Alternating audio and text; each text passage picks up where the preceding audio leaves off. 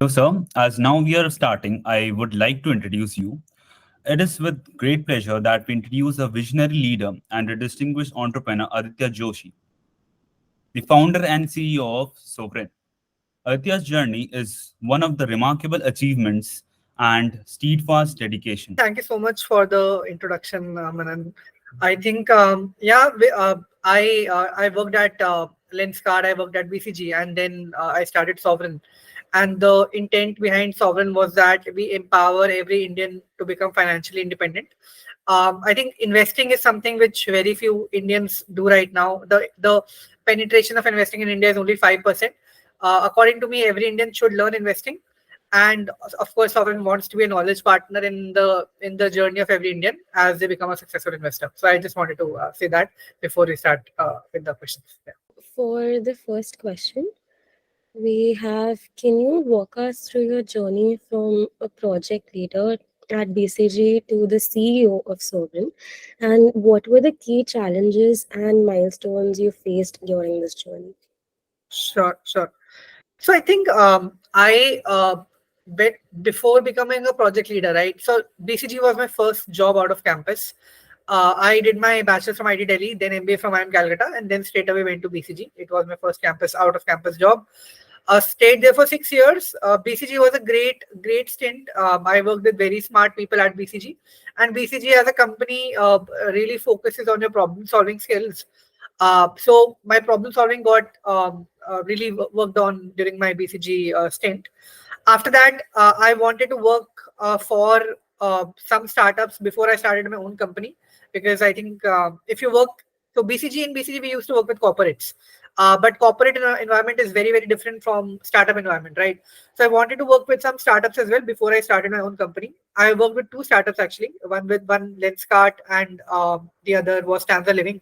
Lenskart I directly reported to Piyush Bansal. Piyush, of course, is quite famous now. So I was the head of the online channel at Lenskart.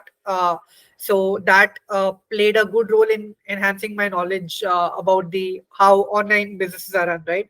So I headed that business there, and that really helped. After that, I worked as a strategy head at Stanza Living. Stanza again is a startup. It's a Series D funded startup, I think. That was also a critical, important role. Learned quite a bit there as well. And then eventually, once I had confidence, right, I started my own company. Of course, in during this, right, like the decision to start up my own company, and I have my co-founder as well. So both of us we started Sovrenn together. So the decision I took this decision once I had myself reached a level of financial independence. So I, like Manan said in the beginning, right? I also invest, and I have a pretty decent public market portfolio as well. And you can check my public market investing track record. It's a part of it is actually available online as well. So I had a good portfolio. I realized that my portfolio is good enough to sustain myself financially, and that's the time when I started Sovrenn, along with my co-founder Akriti. The intent behind Sovrenn is to help every Indian to learn investing, and investing is always done on information. So providing the right set of information to every Indian, that's like the intent behind Sovrenn. So like that's like the journey. I think in terms of key challenges faced, right? I won't say so. Of course, I think every job has its own set of learnings, right? So BCG, I learned how to sort of work across different businesses, right? BCG is a consulting company, so you get to work with multiple companies and multiple clients. And BCG was my first campus job. In the first job, you're typically not that polished as well. So learning problem solving along with sort of your soft skills, right? That typically happens in the first job. Post that, both Stanza and Lenskart were leadership roles. Both have had their own set of learnings. I think team building, team management, those were important learnings at Lenskart and Stanza, and of course some functional expertise as well. How online businesses function. I think both the places help there. In terms of challenges, I would say when you start a company, right, the biggest challenge is team building, because you need to sort of decide the kind of talent you want to have inside the company. So team building was a challenge, but I think we did well. I'm quite happy that the talent at Sovrenn is actually quite fantastic. We were able to hire some really smart people, and it's a privileged to actually work with them, right? So I think talent hiring is always critical for any startup. So I think talent, and we did fairly well there. We have a very strong team. So I think that could be perhaps considered a challenge, I guess. Yeah. That was really good, sir. Yeah. So coming to next question. Um, as an Institute Silver Medalist from IIT Delhi and an MBA from IIM Calcutta, how you have academic experiences shaped your professional strategies? Right. Right. See, I think uh, the Indian education system really helps in improving your problem solving skills, right? So both IIT and you get to solve problems. Of course, I think in IIT the most important value add which I think happened was developing your mathematical skills, right, and logical skills. So maths and logic helps everywhere. Uh, Most of the problems in real life can be solved through basic logic, and that logical skills developed well in I during my IT days. And of course, knowledge of math is also very important. I think that was also an important learning. Of course, as you grow up, right, the engineering knowledge would actually fade away, right, because you would not remember engineering that much. But maths and logic are things which you never really forget, right? So math and logic are very very important learnings. And I am also, I think, I am gives you a holistic learning experience of different management functions, right?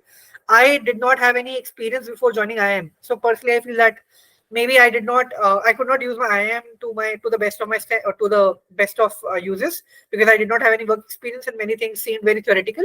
But in hindsight, when you remember the things, right, I am focused more on the functional and the soft skill aspect of it, like how do you manage teams, how do you market, how do you understand consumer psychology.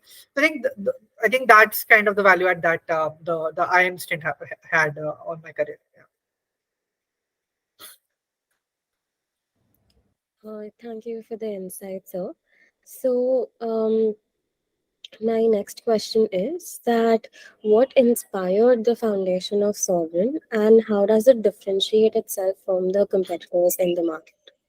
Sure, sure. So the inspiration was that see, I feel that the biggest problem which the world is facing right now is something called the problem of ovarian lottery. Okay, so basically, what really happens is that if someone is sort of born, maybe how maybe not that one, maybe the way. So that's a separate thing actually.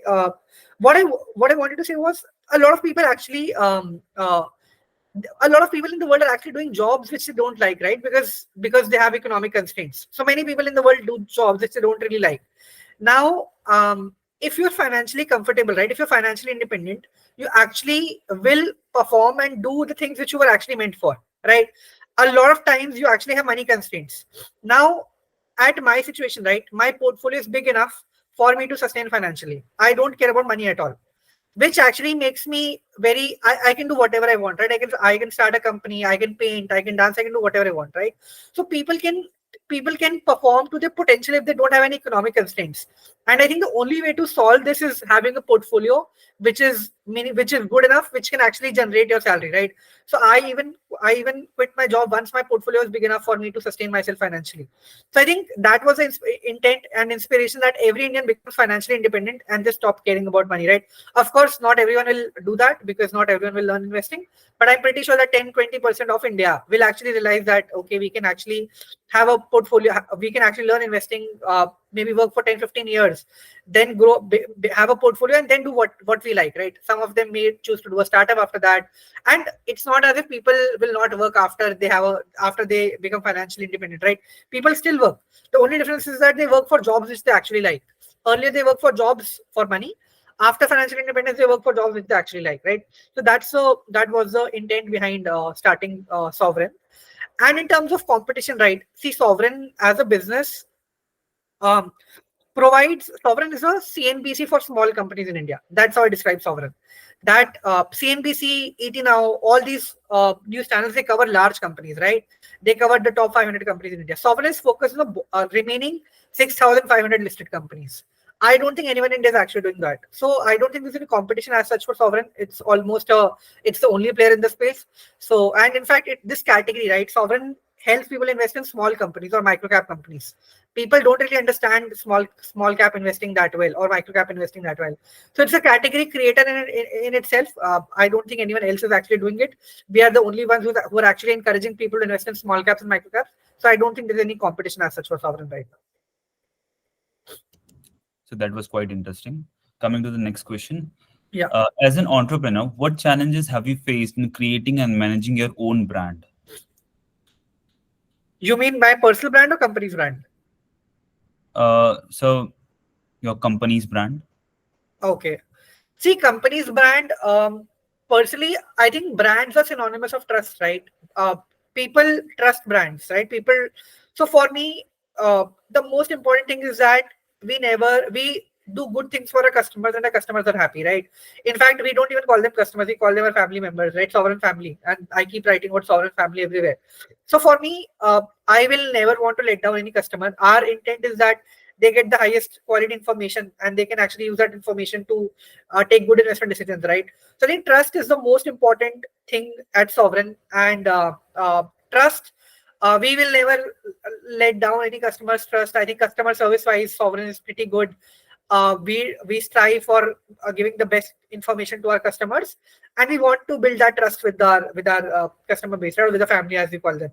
So I think trust is the most important thing. I always feel that brands which inspire trust, right? They're very powerful brands. For example, if you take the example of Tanishq, right? Tanishq is a very powerful brand because Tanishq has people's trust, right? Tanishq will not do anything wrong. So same is something with Sovereign.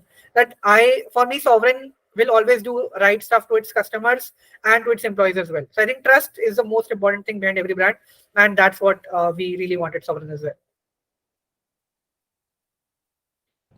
Yeah. That was indeed very insightful. So moving on with the next question. What strategies do you suggest for early stage entrepreneurs to attract and retain top talent? I think the most important thing is to have a good company culture, right? So I think people uh, like working for impact, and people like working in a good cultural environment, right? So, for example, and people like flexibility. People don't like micromanagement. So people like to express themselves basically in it, right? Now, if you actually work at a company where there's always sales pressure, right? And we heard about a lot of startups where there's sales pressure. Some startups are firing. Some startups are doing all sorts of weird practices, right? At Sovereign, I think firstly our culture is top notch. Okay, our employees have insane flexibility. It's 100% work from home company.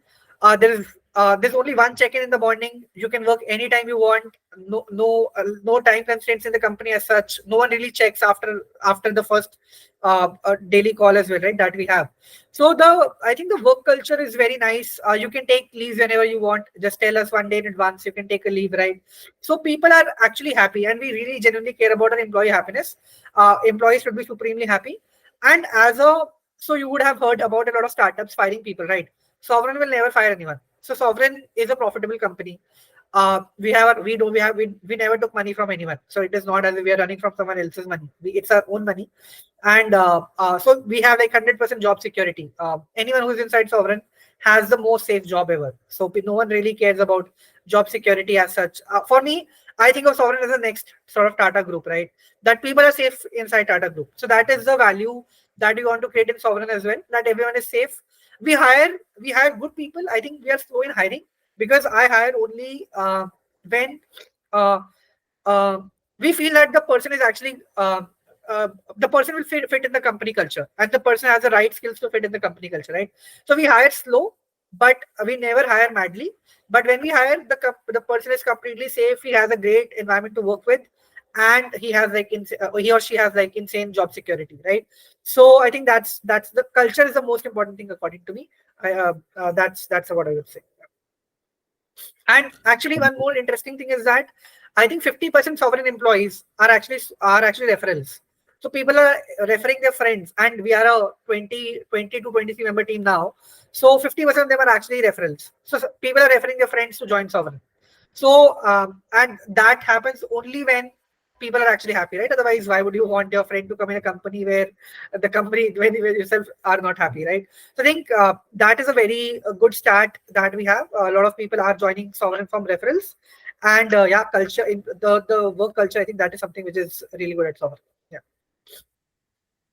Thank you, sir, for the insights. Coming to yeah. the next question, how do you assess the potential of a new market or product to attract, new market or product, and what steps do you take to validate it before going all in? New market or products, right? Uh, See, for me, a lot of startups actually don't have. So essentially, you're asking about a product market fit, right? So for me, when we started Sovrenn, right, firstly, I knew that this kind of a product was missing in the market, and when we launched, right, we would take customer feedback. So if your customers are a lot of startups actually they have a free trial, right? The first initially they burn money, they attract customers, and then they start to monetize. We were always from day one, Sovrenn was profitable, right? And a customer would pay money for a product only if they find value, right? You will not buy something which is useless for you, right?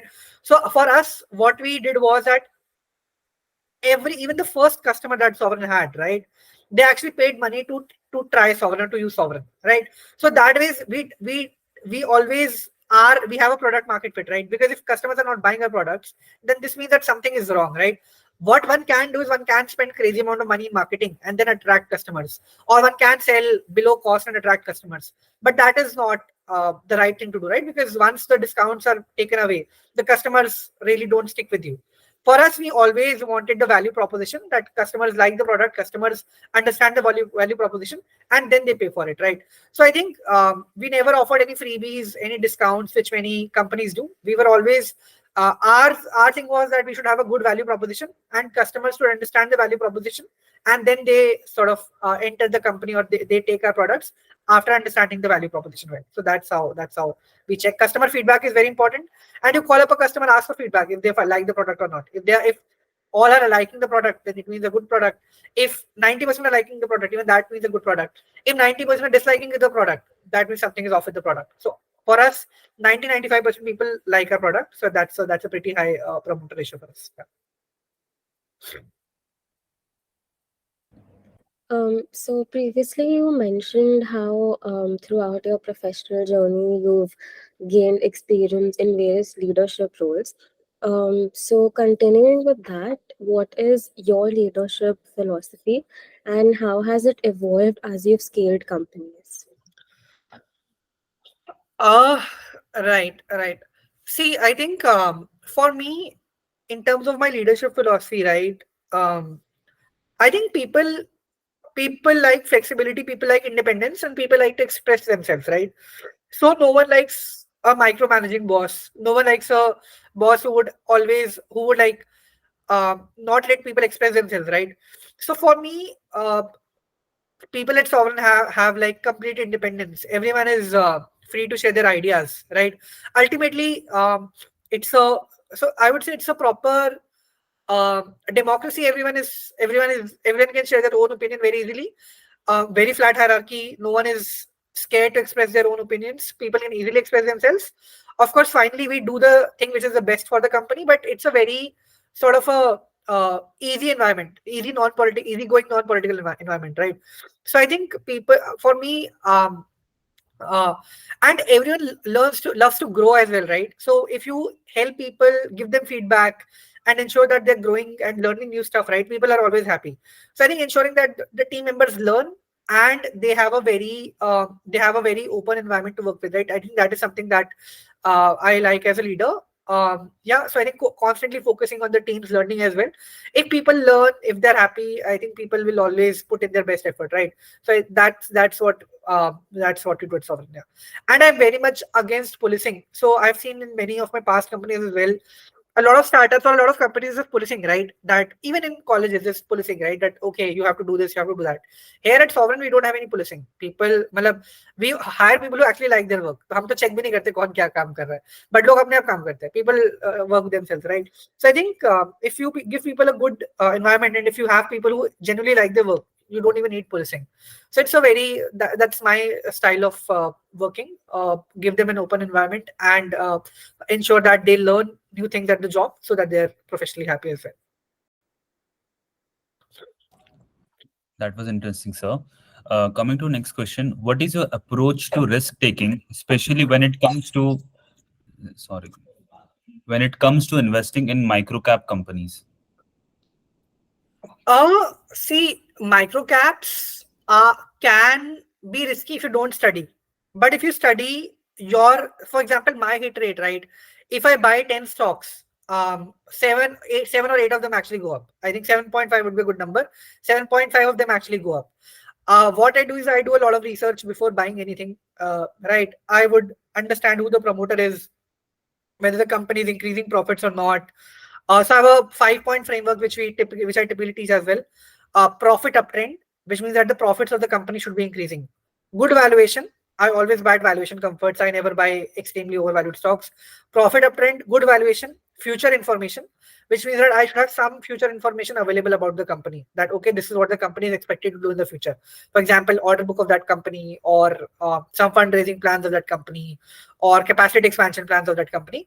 So profit uptrend, good valuation, future information, HNI buying, and great sector. I typically buy companies in good sectors like electric vehicles, defense, clean energy, electrification, etc.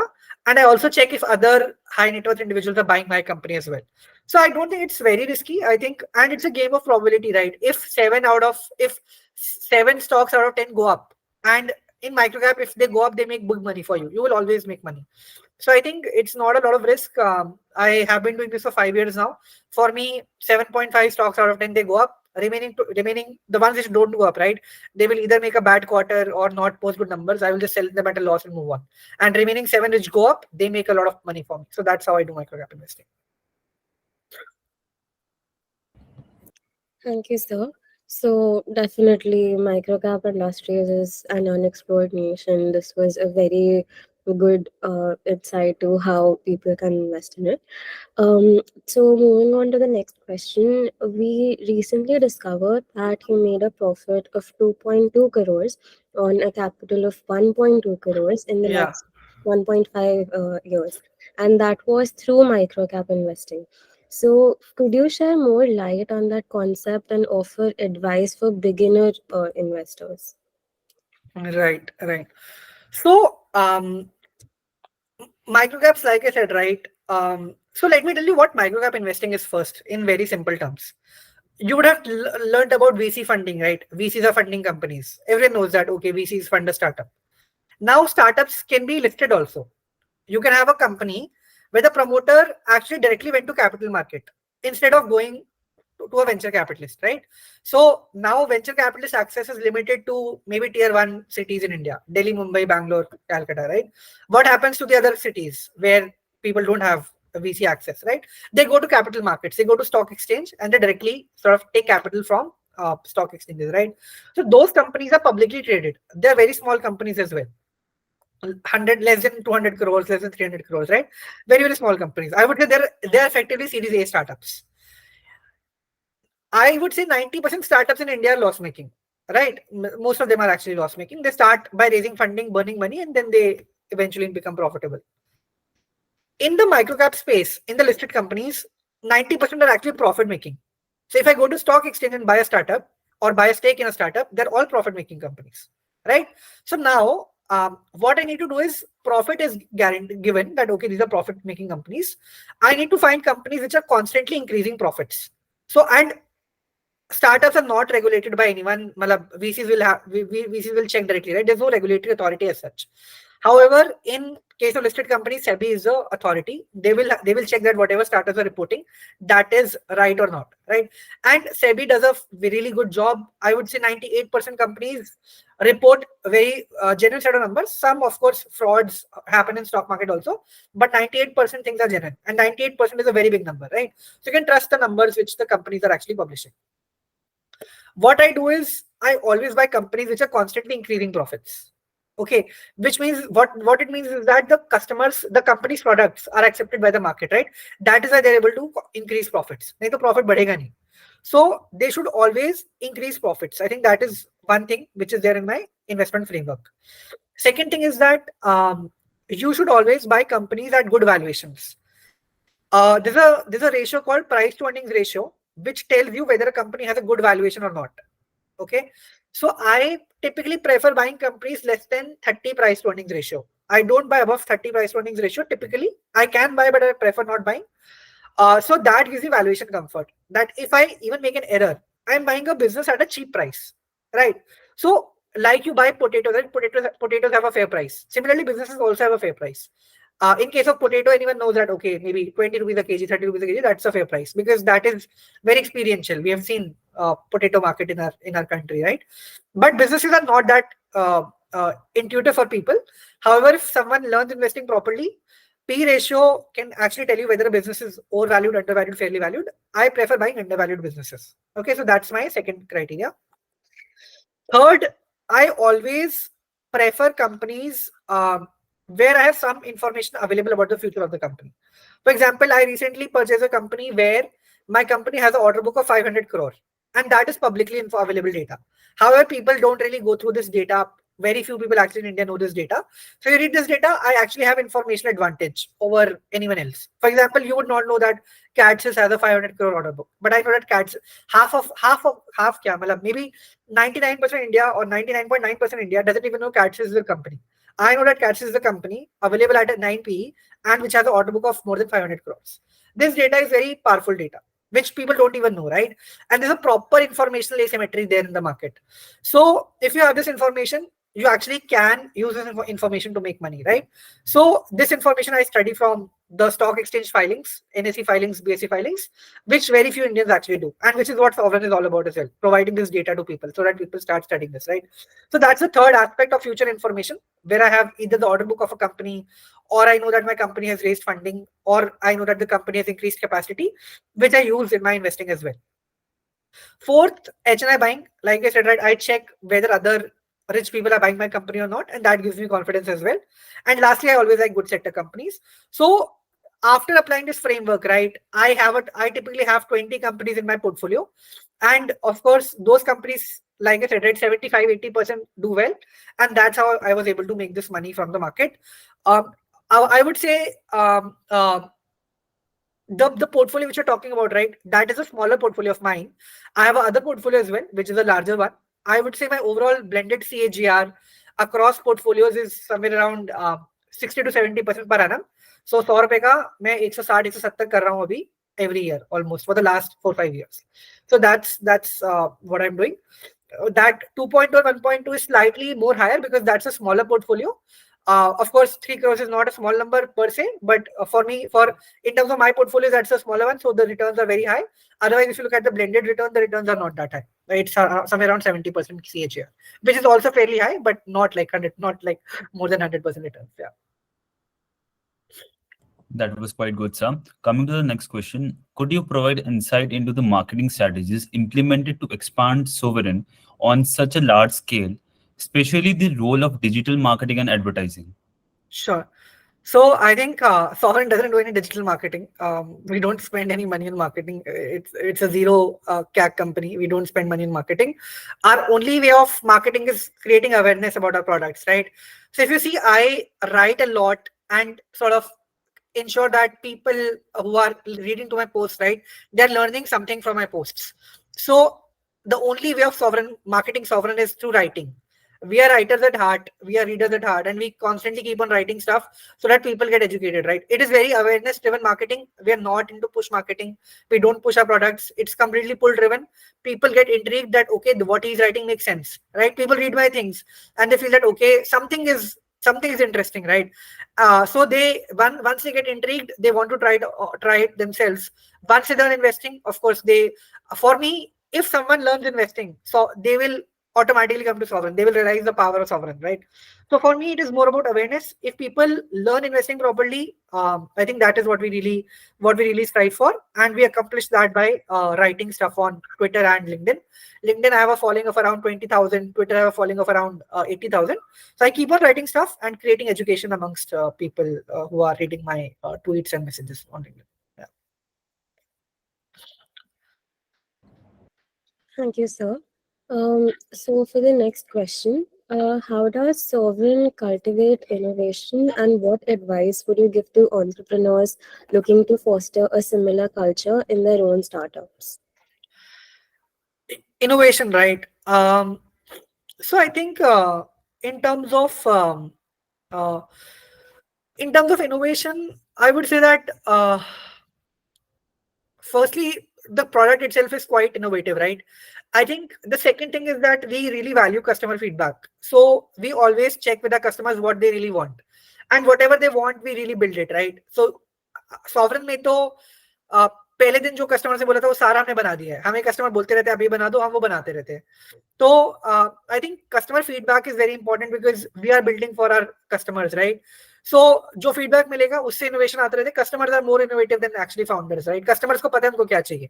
मतलब आपको पता, मतलब if you want to buy a garment, right? You know what kind of garment you want, right? You know what kind of food you like. So customers know what kind of stuff they like, right? So if you talk to 100 customers, most of them actually like similar things. In terms of food, right, you would know that okay, maybe this place is good. एक जगह ही famous हो जाती है क्योंकि सबको उसका खाना पसंद है, राइट? सिमिलरली क्या होता है, आप कस्टमर से फीडबैक लेते रहोगे, सबका काफी सिमिलर सा आता है, आप वही बना दो और वही इनोवेशन बन जाता है. तो कस्टमर फीडबैक बहुत इंपॉर्टेंट होता है. बाकी सेकंड थिंग, हम आइडिएशन में काफी फ्लैट है. तो कंपनी में कोई भी आइडिया दे सकता है. जिसका अच्छा आइडिया लगा, मतलब वो फिर हम इम्प्लीमेंट कर देंगे. तो आइडिया वाइज अब आपको इतने क्या होता है, काफी कंपनी में टॉप डाउन चलता है कि जो सीईओ से सीएक्सओ से अपने आइडिया दे रहे हैं, वो कंपनी एग्जीक्यूट कर रही है. यहाँ फ्लैट है, यहाँ सब आइडियाज दे सकते हैं. जिसका अच्छा लगेगा हम कर देंगे, अगर हमें अच्छा नहीं लगेगा तो हम नहीं भी करेंगे. बट आइडिएशन वाइज फ्लैट है. Anyone can give any idea at Sovrenn. So I think that also fosters innovation, that open flat culture, right? So we are very flat in terms of that. Even if you're a very young employee, right, you can still like share your thoughts very easily. And the average age of Sovrenn team is actually around 24-25. बहुत ही young company है. हमने ज्यादा बड़े लोग है ही नहीं company में. तो छोटी कंपनी, यंग कंपनी है, काफी आइडियाज आते रहते टीम से भी, तो वो भी हम इम्प्लीमेंट करते रहते हैं. Thank you, Sam. Yeah. Coming to the next question, what common mistakes do you see on job applications, and how can applicants avoid them? See, I think in terms of job application, right, many people write a standard letter that okay, hire me, right? I think what people like is that if you understand Sovrenn better, right? If you tell me why you can be a good fit for Sovrenn, so then that's a very powerful letter, right? I really don't care about resumes much. What I care about is if you are actually interested in the thing that you like, right? Let's say you are interested in digital marketing, or let's say you're interested in SEO, search engine optimization. And if you tell me your background in SEO, that okay, I've done this, and if I find it interesting, I will actually take you, right? So in like 3-4 lines, if you give a good, all you need is good 3-4 lines. 3-4 लाइनों में बता दो कि आप क्यों अच्छे हो किसी भी रोल के लिए. वो 3-4 लाइनें अच्छी होंगी, आपको कोई भी ले लेगा. So it is all about those 3-4 lines. I think that's important. You write why you can add value, and if those are powerful lines, anyone will actually take you. So लोग बहुत complicated सोचते हैं. Things are very simple, I would say. Just tell up. See, you look at my perspective, right? Why should I hire someone? If you give me answer in 3 lines, that okay, you can hire me because in my previous job or in my previous whatever professional academic experience मैंने ये सीखा था और ये बहुत ही आपके लिए relevant है. तो थोड़ा स्पेसिफिक आंसर उसमें उतना ही में हो जाता है. तो I think interest is what I really like. आप अपना इंटरेस्ट दिखा दो फील्ड में and will hire. So I think people will write a standard cover letter, thoda ambiguous likhenge, it will not be very clear why they want a particular job. If you make it clear, I think the more clarity is there in your own head. If you put that clarity down on paper for your job application also, I think that is what's important. Yeah. So in your opinion, what are the most important skills that job seekers should learn, and to keep themselves ready for the industry, and particularly in tech and finance industries? See, I think I think you should be good at what you do, right? For example, according to me, Sovereign, our tech team, right, is amongst the best in India. And I've worked at tech teams at Lenskart, which is a unicorn. I've worked at tech teams in Stanza, which is a Series D funded company. But I feel that our tech team is like smarter than any tech team that I've ever worked with in my entire life, right? Similarly, SEO, similarly sales, right?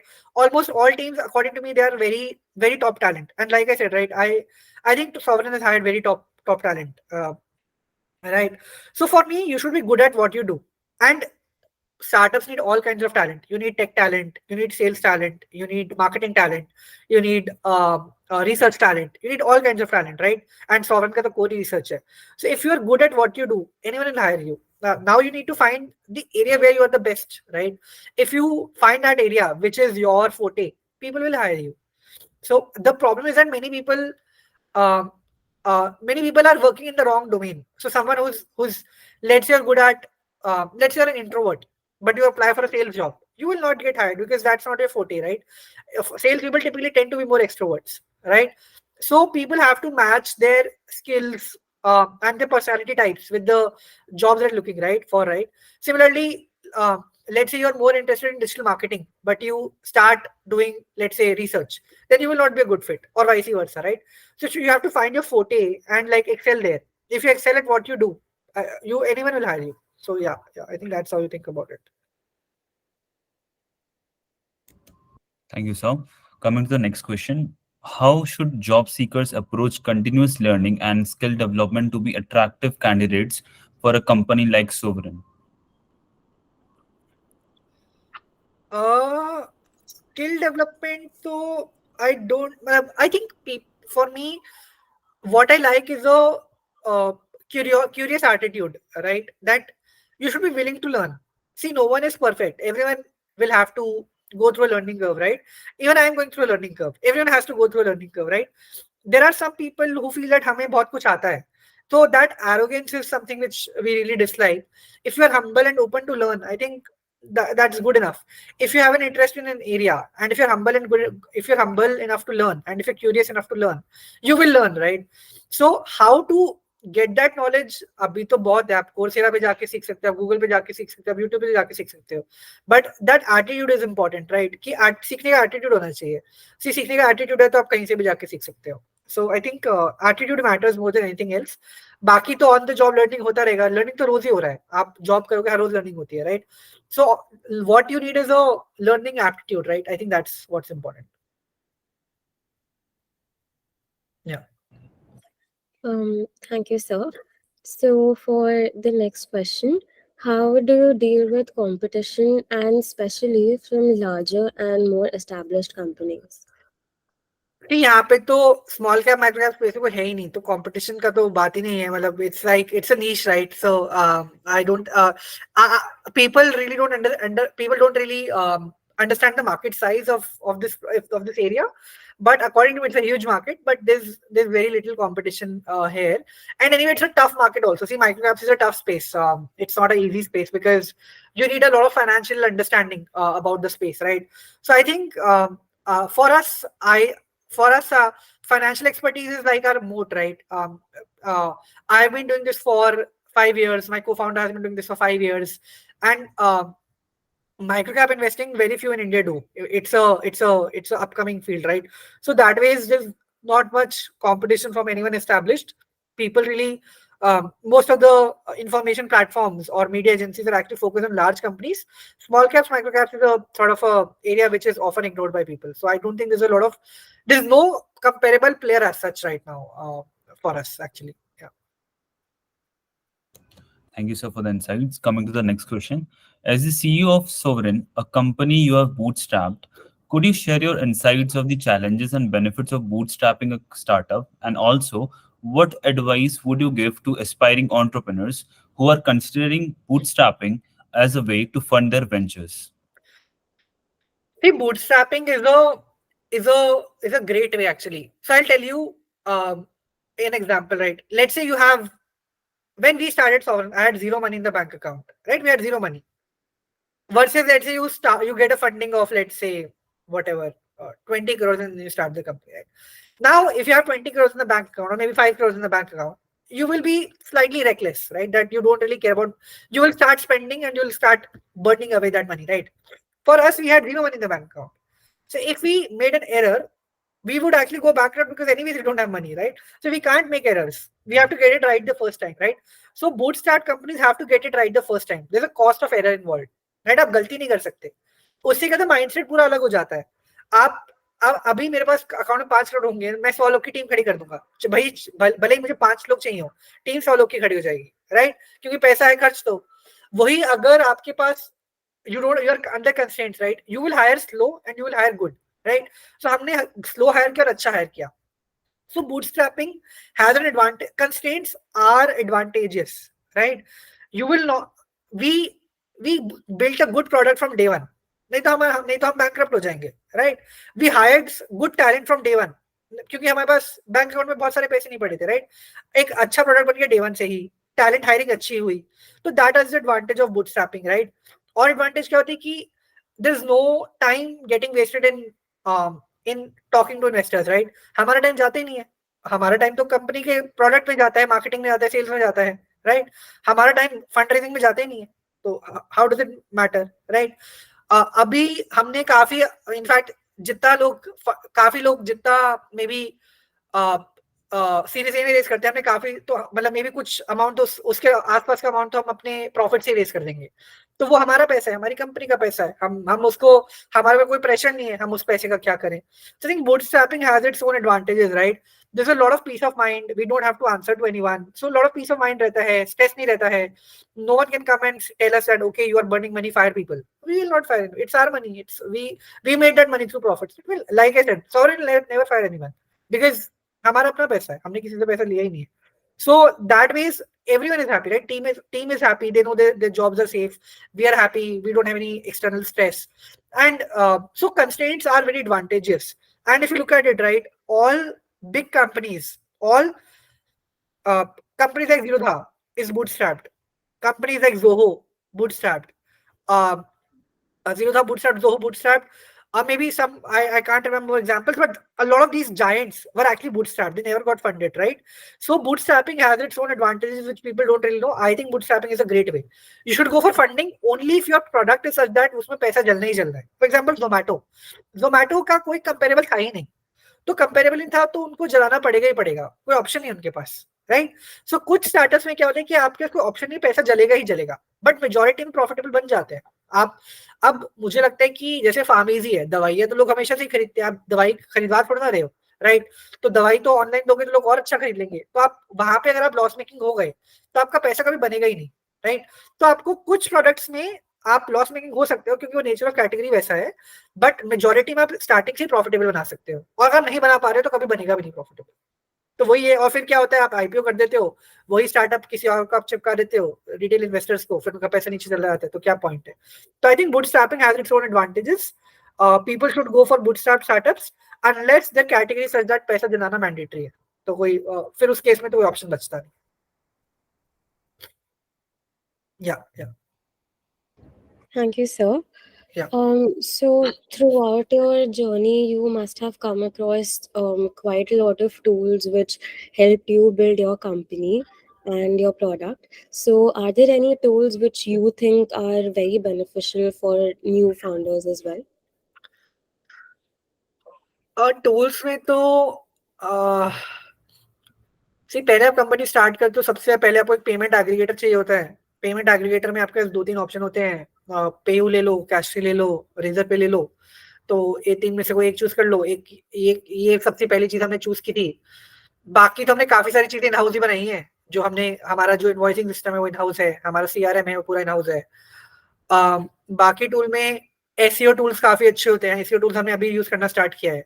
तो SEO के लिए the website Semrush हो गया, आपका Ahrefs हो गया, then you have SimilarWeb. So I think these are good SEO tools to help you do SEO properly. बाकी tool wise तो I don't think we use a lot of tools. हमारा majority in house ही रहता है. मतलब we wanted to have a invoicing tool but हमने खुद ही बना दिया इन हाउस. हमारा जो सीआरएम है लोग जोहो यूज करते हैं, हम मेरी पिछली कंपनी में जोहो यूज करते थे, हमारा इन हाउस ही है, हमने खुद ही बना दिया। तो हमने तो क्या किया, हमने काफी टूल्स हमें चाहिए थे खुद ही बना दिए। तो वही है। तो I think there are ready to then. एक ईमेल मार्केटिंग में एक अच्छा टूल होता है ब्रीवो करके, तो ब्रीवो हम यूज करते हैं, हमें अच्छा लगता है। बाकी टेक में तो ठीक है, टेक में आपका टेक स्टैक तो खैर वो tech is typically figure out the tech stack of any company. But I think these 3-4 tools come to my mind. बाकी तो हमने काफी कुछ, it's almost in house for us, so we don't use any custom tools basically, और off the shelf tools basically. या Thank you, sir, for the answer. या Now, sir, what do you think will be the next big change in the industry, and how should entrepreneurs prepare for it? See, in my industry, I think so, micro-cap investing is a very small, very niche industry right now. According to me, in 5 years, half of India, or maybe not half of India, but like, let's say there are 7 crore investors right now. Maybe 1-2 crore will eventually understand that paisa to micro-cap investing nahi hai. So they will actually come towards micro-cap investing. So I think micro-cap investing will become very big in the future. So yeah, it will, the industry size itself will increase quite a bit in the next 5 years. So I think baki to entrepreneur hai nahi koi space mein, so I don't think like I said, right, we are amongst the only ones in the space. So yeah, I do feel that the industry will grow very big. Of course, I think right now people don't really understand the size of the industry, right? So that's why there's also not much competition. But I do feel in times to come, the industry itself will go very big. Yeah. Thank you, sir. So how has the landscape for startups changed in the recent years, and how do you think new entrepreneurs should adapt to this change? See, I think one obvious change is that funding has dried, right? So, pehle you would see a unicorn coming every month, right? Now, funding has dried all across the board, right? Even at late stage funding, early stage funding, right? Which according to me is a good thing, because now you can approach your startup in a constrained manner, right? I do feel that constraints have a value. So I do feel that people should bootstrap companies. Bootstrapping is good for the employees as well as for the founders as well, right? See, people lose jobs very often. Abhi aap sun rahe hoge, Flipkart is firing, or this company is firing, Baidu is laying off, or whatever, right? That is not good for employees, right? You think if someone think from the perspective of someone who gets fired, right? That person, if the person has a loan also, the person has actually difficulties in living their lives, right? So I think with bootstrapping, you don't have that problem. Like I said, right, people have insane job security, right? So bootstrapping has its own merits and demerits. I think people should learn to build bootstrap companies. Media has also glorified funding, right? But funding glorification is not right in my view. Customer service glorification and profit glorification are actually better things, because you incentivize the right behaviors, right? आप 100 करोड़ रुपए funding race कर लो but सारा जला दो, उसका क्या फायदा, right? उससे अच्छा आप 50 लाख की फंडिंग रेस करो बट 100 करोड़ का बिजनेस बना दो, that is more advantages, right? उससे जॉब क्रिएशन भी होता है. So I think building bootstrap companies, making bootstrapping famous, I think that is something that media should actively focus on as well. Of course, funding glorification is fine, but according to me, profit glorification is also important. Thank you, sir. Yeah. So, what are your 3 pieces of advice for students looking to pursue entrepreneurship and the future? I think for students, right, I do feel that when I was young, right, I could not have thought of doing a startup, because as a student, ideally या तो business family से हो, नहीं तो आप सीखोगे भी कैसे कि स्टार्टअप करना कैसे, राइट? वो बिजनेस डीएनए बहुत लोग का होता नहीं है, और वो नेचुरली आता भी नहीं है, राइट? हमारे स्कूल में तो सिखाते नहीं बिजनेसेस कैसे खुलते हैं. तो मुझे तो वही लगता है, पहले तो 2-3 साल काम कर लो एक स्टार्टअप में, उससे आप काफी सीख जाओगे कि कंपनियां चलती कैसे हैं. अर्ली स्टेज स्टार्टअप में काम कर लो, उसके बाद आप स्टार्ट कर दो अपना कंपनी, क्योंकि आप अपनी कंपनी में एक्सपेरिमेंट करोगे, उसका कॉस्ट है, राइट? आप दूसरी कंपनी में आओ, सीखो, और फिर अपनी कंपनी खोलो. तो मुझे तो वही लगता है कि स्टार्टिंग में as a student right out of college तो स्टार्टअप करने का कोई पॉइंट है नहीं.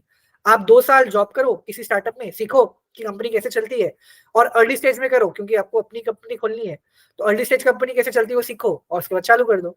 So I think work in a startup for maybe 2 years, learn how things work, and then start your own company. I think that would be my thought. मैंने ज़्यादा काम कर लिया. I worked for maybe 10 years before starting my own company, right? I could have worked for maybe 3-4 years and then started my own company. So वही है, पहले 2-3 साल काम कर लो स्टार्टअप में, सीख लो, और उसके बाद कर लो अपना स्टार्टअप खुद से. या नहीं तो अपने स्टार्टअप में बैठ के गलती करोगे, वही गलती आपको कहीं और होती हुई दिख जाएगी, तो you'll learn from someone else's experience, right? So yeah.